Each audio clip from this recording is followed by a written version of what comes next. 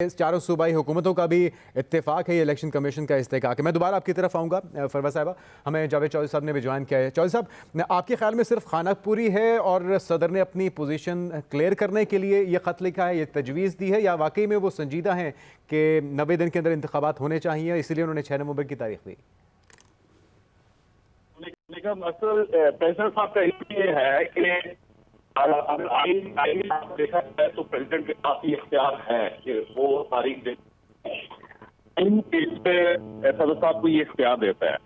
लेकिन इशू यहाँ पे ये है कि सदर साहब ने ये इख्तियार इस्तेमाल जब करना था वो उससे बहुत ज्यादा लेट हो चुके हैं। जब इन्होंने असेंबली तोड़ी थी और सदर साहब ने उसके ऊपर दस्तखत किया थे, तो उसी वक्त सदर साहब अगर तारीख दे दे तो उसका फिर फायदा डेफिनेटली हो जाता, अब तक सिस्टम क्लीन हो जाता। फिर 9 सितंबर तक सदर साहब सदर थे और प्रॉपर उनके पास सारी पावर थी। अगर वो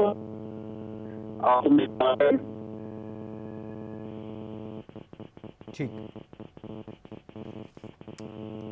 चौधरी साहब आपकी आवाज़ ठीक तरह से नहीं आ रही, मैं दोबारा आपकी तरफ आता हूँ। रहमान रज़ा साहब ने हमें ज्वाइन किया। रहमान साहब, आपके ख्याल में क्या जो चौधरी साहब बात कर रहे हैं कि काफ़ी देर कर दी है सदर साहब ने अपना ये इख्तियार इस्तेमाल करने में, तारीख देने में, अगर पहले देते तो शायद इस पर अमल दरामद हो सकता था? रहमान साहब सुन पा रहे हैं आप? ठीक है। आमिर साहब, आपकी राय क्या है इस बारे में? जी सवाल कीजिए आप, क्या है सवाल आपका? जिस तरह चौधरी साहब कह रहे हैं कि इसमें कोई शक नहीं है कि ये सदर का इख्तियार है कि वो तारीख दे सकें, लेकिन जिस वक्त असम्बलियाँ तोड़ी गई थी, अगर उस वक्त ये तारीख दे देते तो शायद इस पर अमल दरामद होता और इसकी अहमियत ज़्यादा होती।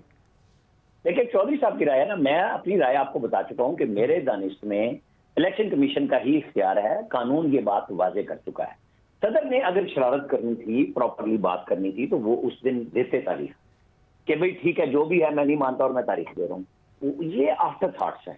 उनको समझ आ गई कि ये क्या हो रहा है। उनकी पार्टी की तरफ से बड़ी तनकीद थी उनके ऊपर, जिसकी बुनियाद पर उन्होंने खत लिखा, वरना तो वो काम कर सकते थे। उनको ये बात पता थी कि आर्टिकल 48(5) का इख्तियार तब होना था जब असम्बली वो इस बुनियाद पर तोड़ते कि कोई शख्स वजीर आजम नहीं बन सकता। ये असम्बली सदर मुमलिकत ने तब तोड़ी जब वजीर आजम शहबाज शरीफ ने उन्हें भेजी और उन्होंने 8 मिनट के अंदर अंदर असम्बली यहाँ ऐवान सदर में जमा हुई। एडवाइस और गवर्नर हाउस से 8वें मिनट में उनकी तस्वीर दस्तखत करते हुए प्रेस रिलीज समेत खबर पूरी आ गई, जो यहाँ से वो बिस्तरा, वो फाइल का कहते हैं ना, बिस्तर बना के लेके गए थे कि जिस वक्त भी एडवाइस आएगी मैं साइन करूंगा और 1 घंटा भी अगला इनको नहीं दूंगा कि ये 48 घंटे में से कुछ गुजार सकें और ये खत्म हो जाए। उन्होंने वो काम कर दिया ताकि गवर्नमेंट जीरो हो जाए और फिर मुशावरत शुरू हो जाए नए वजीर आजम के आने के लिए। तो वो शुरू हो गई। ये बिल्कुल आफ्टर थॉट्स है। इनको पता है, जैसे इनको ये पता है जब इन्होंने ट्वीट किया कि ऑफिशियल सीक्रेट एक्ट और आर्मी एक्ट में तब्दीली हो चुकी है और मेरे अमले ने मेरी बात नहीं मानी और अब जिनको इस कानून के तहत सजा होगी मैं उनसे एडवांस माजरत चाहता हूँ। तो इनको पता था कि इन्होंने पहले पिंडी को खुश करने की कोशिश की, फिर इनकी अपनी पार्टी ने वो काम किया जो ये और इनके साहबजादे सारे लोगों के साथ करते रहे हैं और उनके साहबजादे तो फौज के साथ भी करते रहे। ये सदर मुमलिकत थे और वो ट्रोलिंग इमरान खान साहब की अपनी पार्टी के साथ मिलके करते थे। तो जब इनको तनकीद का निशाना बना तो इन्होंने खत लिख दिया इलेक्शन कमीशन को कि जनाब आप तारीख दीजिए। उन्होंने कह दिया ये आपका इख्तियार नहीं है, ना आपका काम है कि आप हमें ये कहें कि तारीख दें, क्योंकि ये बात अब खत्म हो चुकी। सदर मुमलिकत का एक्चुअली खत जैसे वो सुप्रीम कोर्ट में रेफरेंस भेजते हैं वो वजीर आजम की एडवाइस पे जाता है। सदर मुमलिकत का नाम होता है, वो मुमलिकत की नुमाइंदगी करते हैं, लेकिन इख्तियार ये स्टेट का उसमें बतौर वजीर आजम उनका है जो वजीर आजम होता है और वो कहता है कि ये काम कर दीजिए। एडवाइस प्राइम मिनिस्टर की जाती है वहां जहां इनके पास 10 दिन है या 14 दिन है कि गवर्नर लगाना है, किसी कानून पे साइन करने हैं। तो इन्होंने अपनी पार्टी की राय को मद्देनजर रखते हुए उतना टाइम जरूर लिया कि गवर्नर नहीं लगाया फौरन। केपी के गवर्नर को रोक के बैठे रहे, पंजाब के गवर्नर के ऊपर यूं ही बात हुई। फिर जब उस वक्त उमर सरफराज चीमा को ये रखने पे मुसिर थे कि वो गवर्नर हैं और उनको वजीर आजम नहीं हटा सकते, मतलब ये भी एक कमाल किया इन्होंने उस वक्त। फिर उसके बाद पूरा टाइम गुजार के सारे दिन फिर उमर सरफराज चीमा फारिग हुए, बलीगुर रहमान गवर्नर बने। सिंध के गवर्नर के बारे में भी इस तरह ही हुआ, बलूचिस्तान के बारे में जहां जहां इनकी पार्टी ने इनको रोका ये उस पार्टी की लाइन पे अपने उस सवाबदीदी इख्तियार को इस्तेमाल करते रहे जो 10 दिन या 14 दिन का था या 16 दिन का था। इससे ज्यादा कुछ नहीं था।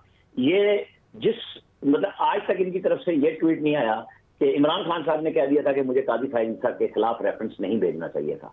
تو پھر کچھ جہاں پہ یہ مائنڈ اپلائی کرتے ہیں، جو یہ کہتے بھی بہت ہیں کہ میں دیکھتا ہوں قوانین کو، میں گورنمنٹ کو ایڈوائز کرتا ہوں کہ نہیں آپ ان کو اس طرح بدل لیں، تو انہوں نے اپنی پارٹی کے چیئرمین اور وزیر اعظم کو یہ رائے تو نہیں دی تھی کہ قاضی فائز عیسیٰ کے خلاف ریفرنس نہیں بنتا ہے.